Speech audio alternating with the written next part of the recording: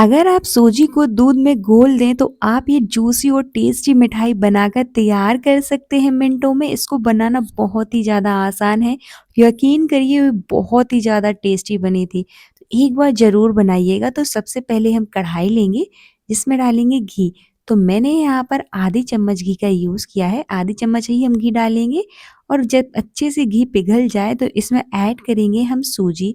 तो मैंने यहाँ पर सूजी आधी कटोरी ली है। आप क्वांटिटी अपने अकॉर्डिंग कम ज़्यादा कर सकते हैं। अगर आप ज़्यादा लोगों के लिए बनाना चाहते हैं तो यहाँ पर 1 कटोरी सूजी का भी यूज़ कर सकते हैं। आधी कटोरी से ही आप बहुत सारी मिठाई बनाकर तैयार कर सकते हैं। तो सबसे पहले तो हमें घी डालने के बाद सूजी डाल देंगे और इसको लो फ्लेम पर बढ़िया से इस तरह से रोस्ट करेंगे। इसको हमें ब्राउन नहीं करना है, हमें बस इसको 1 से 2 मिनट के लिए लो फ्लेम पर अच्छे से रोस्ट करना है। जब 1 से 2 मिनट हो जाएँ और अच्छे से रोस्ट हो जाएगी सूजी, तो इसी स्टेज पर हम डालेंगे मैदा। तो मैदा हमें ज़्यादा नहीं डालना है, सिर्फ़ मैंने यहाँ पर 2 चम्मच ही मैदा डाला है। सिर्फ़ 2 टेबल स्पून का ही यूज़ करेंगे, ज़्यादा नहीं करेंगे। इससे क्या होगा कि बाइंडिंग भी मिल जाएगी और जो आपकी मिठाई वो बहुत ही ज़्यादा टेस्टी बनेगी। तो ये बिल्कुल ऑप्शनल है, आप चाहें तो मैदा की जगह गेहूँ का आटा भी डाल सकते हैं। बस इस तरह से हमें मैदा डालने के बाद इसको 1 मिनट के लिए और रोस्ट करेंगे और बढ़िया से इस तरह से रोस्ट करके इसको हम साइड में रख देंगे। तो यहाँ पर आप देखिए बढ़िया से रोस्ट हो चुकी है, इसको हम साइड में रख देते हैं, तब तक आगे की तैयारी कर लेते हैं। अब मैंने यहाँ पर 2 मीडियम साइज़ की गाजर ली थी, उनको अच्छे से वॉश करके छील लिया और इस तरह से कद्दूकस कर लिया है। तो यहाँ पर हमें ग्रेट कर लेना है और इसमें डालेंगे हम दूध, साथ ही में 1 चम्मच चीनी डालेंगे।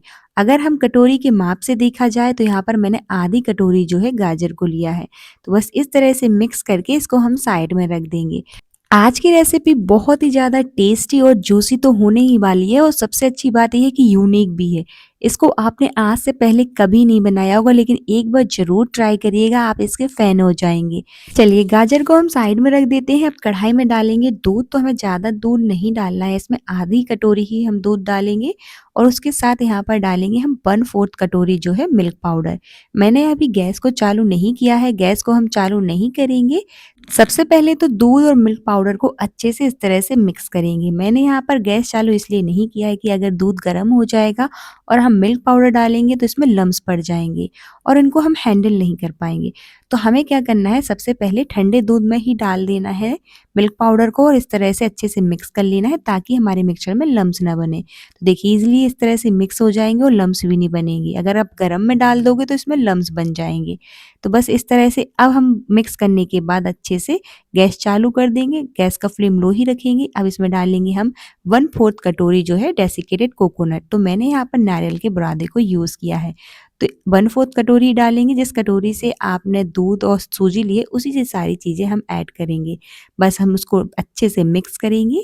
मिक्स करने के बाद इसी स्टेज पर हम इसमें ऐड कर देंगे गाजर वाले मिक्सचर को, जिसमें हमने दूध और चीनी मिलाकर रखी थी गाजर, उसी को हम इसमें ऐड कर देते हैं। अब गाजर वाले मिक्सचर को हम डाल देते हैं मिक्सचर में, कढ़ाई में इस तरह से हम डाल देंगे। बस इतनी ही चीज़ें डालनी है, हमें ज़्यादा चीज़ें नहीं डालनी है। मैंने यहाँ पर इस पे सिर्फ 1 टेबल स्पून चीनी का यूज़ किया है। बस इतनी ही चीनी का यूज़ करेंगे, हमें ज़्यादा चीनी डालने की ज़रूरत नहीं पड़ेगी। बस अच्छे से मिक्स करेंगे और इसको इस तरह से कंटिन्यूअसली चलाते रहेंगे। तो इसको हमें बढ़िया से लो टू मीडियम फ्लेम पर पकाते रहना है। इससे पहले अगर आप मेरे चैनल पर नए हैं तो चैनल को सब्सक्राइब और वीडियो को लाइक करना ना भूलें और ज़्यादा से ज़्यादा शेयर करें। और मुझे कमेंट सेक्शन में ज़रूर बताना कि आप ये वीडियो कहाँ से देख रहे हैं और ये भी बताना कि आपको ये रेसिपी कैसी लगी। एक बार अगर आपने इसको बना लिया ना तो यकीन करिए आप इसके फ़ैन हो जाओगे, बहुत ही ज़्यादा टेस्टी और जूसी बनकर तैयार होती है। तो देखिए हम चलाते रहेंगे मिक्सचर को, जब हमारा मिक्सचर कुछ इस तरह से हो जाएगा तो देखिए धीरे-धीरे इस तरह से थिक होता जा रहा है। हमें इसको बढ़िया से थिक कर लेना है। जब इस तरह से हो जाएगा तो इसमें डालेंगे हम आधी चम्मच घी। तो बस इतना ही हम घी डालेंगे, इससे क्या होगा कि बढ़िया से जो हमारा मिक्सचर है वो कढ़ाई छोड़ देगा। तो ये बिल्कुल ऑप्शनल है, आप चाहें तो ना ही डालें। बस इस तरह से हमें बढ़िया से मिक्स कर लेना है और अच्छे से इस तरह से उसको थिक कर लेना है। तो जब हमारे मिक्सचर की कंसिस्टेंसी कुछ इस तरह से हो जाए तो देखिए यहाँ पर बिल्कुल थिक हो गई है और इस तरह से बढ़िया से मिक्सचर गाढ़ा भी हो गया है। तो अभी इस स्टेज पर हमें क्या करना है, इसको निकाल लेना है और ठंडा होने के लिए किसी भी बर्तन में ट्रांसफ़र कर लेंगे। तो चलिए इसको हम ट्रांसफ़र कर देते हैं बर्तन में और इसको ठंडा होने के लिए छोड़ देते हैं, तब तक आगे की तैयारी कर लेते हैं। अब कढ़ाई में डालेंगे हम दूध। तो यहाँ पर मैंने डेढ़ कटोरी दूध लिया है, तो जिस कटोरी से हमने सूजी ली थी ना, उसी कटोरी से यहाँ पर हम दूध लेंगे। तो यहाँ पर हमें डेढ़ कटोरी दूध लेना है। आप चाहें तो दूध की जगह पानी का भी यूज़ कर सकते हैं, ये बिल्कुल ऑप्शनल है। पानी से भी आपकी जो मिठाई है बिल्कुल सॉफ्ट और जूसी बनकर तैयार होगी। तो मैंने तो यहाँ पर दूध का यूज़ किया है, आप पानी या दूध में से कुछ भी यूज़ कर सकते हैं। अब जो हमने सूजी को रोस्ट करके रखा था उसको डाल देंगे, लेकिन एक बात का ध्यान रखना है, मैंने अभी गैस को चालू नहीं किया है। तो गैस चालू नहीं करेंगे, ठंडे दूध में ही हम सूजी को डाल देंगे, जब अच्छे से मिक्स हो जाएगी तो हम गैस को चालू कर देंगे। तो देखिए हमने मिक्स करने के बाद यहाँ पर गैस को चालू किया है और इस तरह से उसको कंटिन्यूअसली चलाते रहेंगे। गैस का फ्लेम मीडियम ही रखेंगे, मीडियम फ्लेम पर ही हम इसको बढ़िया से इस तरह से चलाते रहेंगे। ठंडे दूध में डालने से क्या हुआ कि आपकी सूजी में लम्प्स नहीं बनेंगे। तो हमने यहाँ पर मिल्क पाउडर को भी ठंडे दूध में डाला था ताकि हमारे मिक्सचर में लम्प्स ना बने हो। यहाँ पर सूजी को भी दूध में जब हमने ऐड किया तो ठंडे दूध में ही डाला है। इससे क्या होगा कि आपकी सूजी में बिल्कुल भी लम्प्स नहीं बनेंगे और हमें एक लम्प्स फ्री मिक्सचर ही चाहिए है। तो बस इस तरह से हमें सूजी को बढ़िया से मिक्स कर लेना है। तो यहाँ पर आप देख सकते हैं सूजी सारा दूध जो है एब्ज़ॉर्ब कर लेगी इस तरह से और थिक होती जाएगी। तो जब हमारा मिक्सचर कुछ इस तरह से थिक होता जाएगा और कढ़ाई छोड़ने लगेगा, उसी स्टेज तक हमें इसको बढ़िया से पकाना है। तो इस तरह से चलाते रहिएगा मीडियम फ्लेम पर और उसको पकाते रहिए। तो देखिए यहाँ पर आप देख सकते हैं कि जो मिक्सचर है बढ़िया से कढ़ाई छोड़ने लगा है। तो इसी स्टेज तक उसको बढ़िया से पकाइए। इसको बनाना बहुत ही ज़्यादा आसान है, आपने इस तरह से ये मिठाई कभी नहीं बनाई होगी, यकीन करिए एक बार ज़रूर ट्राई करिएगा, आपको बहुत पसंद आएगी। तो चलिए इसको हम किसी भी बर्तन में ट्रांसफ़र कर देते हैं ठंडा होने के लिए, उसके बाद ही हम अपनी मिठाई को बनाना स्टार्ट करेंगे। तो इसको भी हम इस तरह से फैला कर रख देते हैं ताकि ये ठंडी हो जाए। तो चलिए यहाँ पर देखिए ठंडी हो चुकी है, ये हल्की गर्म है लेकिन छूने लायक है। इसमें डालेंगे हम चुटकी भर बेकिंग सोडा, तो ज़्यादा नहीं डालना है, बस चुटकी के बराबर ही हमें इसमें बेकिंग सोडा का यूज़ करना है। अगर आप ज़्यादा डाल देंगे ना तो जो आपकी मिठाई है ना वो ऑयल में जाके बिखर जाएगी, फटने लग जाएगी। तो बिल्कुल चुटकी भर ही हमें इसमें बेकिंग सोडा का यूज़ करना है। इससे क्या होगा कि जो आपकी मिठाई है वो बहुत ही ज़्यादा सॉफ्ट और स्पंजी बनकर तैयार होगी और उसमें चाशनी भी अच्छे से भर जाएगी। तो बस इस तरह से हमें चिकना कर लेना है अपने डो को। तो देखिए जो सूजी का मिक्सचर रखा था इस तरह से हम चिकना कर लेंगे, इसको अब साइड में रख देते हैं। तब तक हम एक और काम कर लेते हैं, यहाँ पर लेंगे पैन, तो जिसमें डालेंगे हम चीनी। तो यहाँ पर मैंने आधी कटोरी चीनी का यूज़ किया है। आप यहाँ पर चाशनी बनाकर तैयार करने वाले हैं तो मैंने यहाँ पर आधी कटोरी पानी का यूज़ किया है। तो यहाँ पर आप क्वांटिटी कम ज़्यादा कर सकते हैं अपने अकॉर्डिंग, जिस अकॉर्डिंग आपने अपनी सूजी ली थी उसी अकॉर्डिंग आप यहाँ पर चाशनी बना सकते हैं। तो बस अच्छे से हमें चाशनी को बनाकर तैयार करने हैं, लेकिन एक बात का ध्यान रखना है कि यहाँ पर हमें एक तार दो तार वाली चाशनी नहीं चाहिए, हमें सिर्फ यहाँ पर चिपचिपी चाशनी चाहिए। जैसे ही चीनी जो है पिघल जाए उसके 2 मिनट तक ही हमें उसको पकाना है। चीनी पिघलने के बाद हम 2 मिनट तक ही इसको पकाएँगे और चिपचिपी चाशनी बनाकर तैयार कर लेंगे। जैसे हम गुलाब जामुन बनाने के लिए चाशनी बनाते हैं, उसी तरह की हमें इसके लिए चाशनी बनानी है। तो देखिए यहाँ पर चीनी पिघल गई है और मैंने 2 मिनट के लिए इसको पका लिया और हमारी चाशनी भी बिल्कुल बनकर तैयार है। तो इसी तरह से हमें चिपचिपी चाशनी बनानी है। इसको हम साइड में रख देते हैं। अब हम आगे की तैयारी करते हैं। तो यहाँ पर जो हमने डो रखा था इसका इस तरह से पेड़ा बनाएँगे और इस तरह से हम थोड़ा-सा मैदा डस्ट करेंगे। आप चाहें तो यहाँ पर घी या फिर ऑयल लगाकर भी इसको बेल सकते हैं। इस तरह से मैदा डस्ट करके बेलेंगे तो ये चिपकेगा भी नहीं बिल्कुल। तो बस इसको हमें सबसे पहले तो मीडियम साइज़ की रोटी बनाकर तैयार कर लेनी है। तो इस तरह से हमें मीडियम साइज़ की रोटी बनानी है। तो देखिए इस तरह से बेल लीजिए हल्के हाथों से।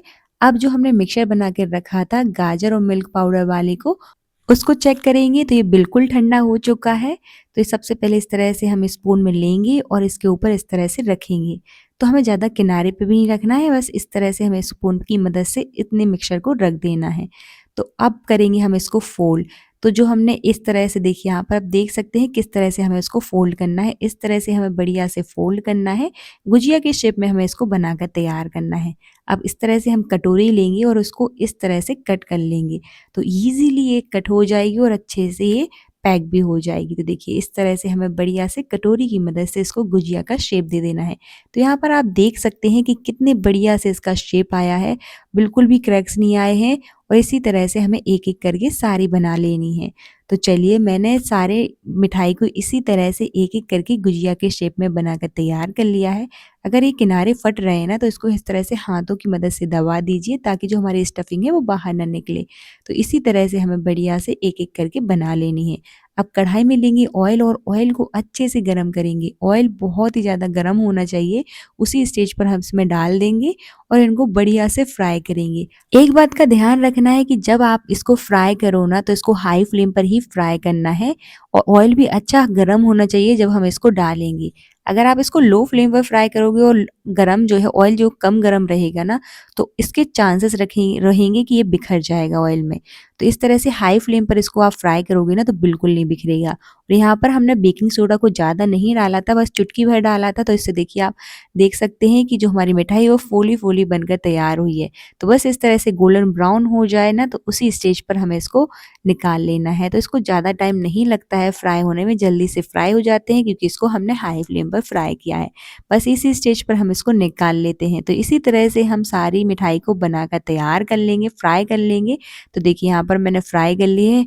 अब डालेंगे हम इसको चाशनी में। तो चाशनी हल्की गरम होनी चाहिए। गरम चाशनी में डालेंगे तो ये अंदर तक अच्छे से भर जाएगी हमारी मिठाई में। तो एक-एक करके हम इस तरह से उसको चाशनी में डाल देंगे और अलट-पलट कर इसको हम 5 मिनट के लिए रख देंगे। ज़्यादा टाइम के लिए नहीं रखना है, सिर्फ़ 5 मिनट के लिए इसी तरह से छोड़ दीजिए। 5 मिनट में ही जो हमारी चाशनी है वो अंदर तक अच्छे से भर जाएगी और जो हमारी मिठाई है बहुत ही ज़्यादा जूसी बनकर तैयार हो जाएगी। तो यहाँ पर आप देख सकते हैं कि कितनी टेस्टी और जूसी मिठाई बनकर तैयार हुई है। तो एक बार ज़रूर बनाइएगा और इसको गरम चाशनी में ही डालें। हल्की गरम कर लें, अगर चाशनी ठंडी हो गई है तो उसको हल्की गरम करें, उसके बाद ही डालें। बस इस तरह से उसको एन्जॉय करें। बहुत ही ज़्यादा टेस्टी और इंस्टेंट सी मिठाई है। देखिए यहाँ पर आप देख सकते हैं कि कितनी सॉफ्ट और जूसी बनकर तैयार हुई है। ये स्टफिंग जो हमने बनाई है ना, वो बहुत ही ज़्यादा टेस्टी लगती है। एक बार ज़रूर ट्राई करिएगा और मुझे कमेंट सेक्शन में ज़रूर बताइएगा।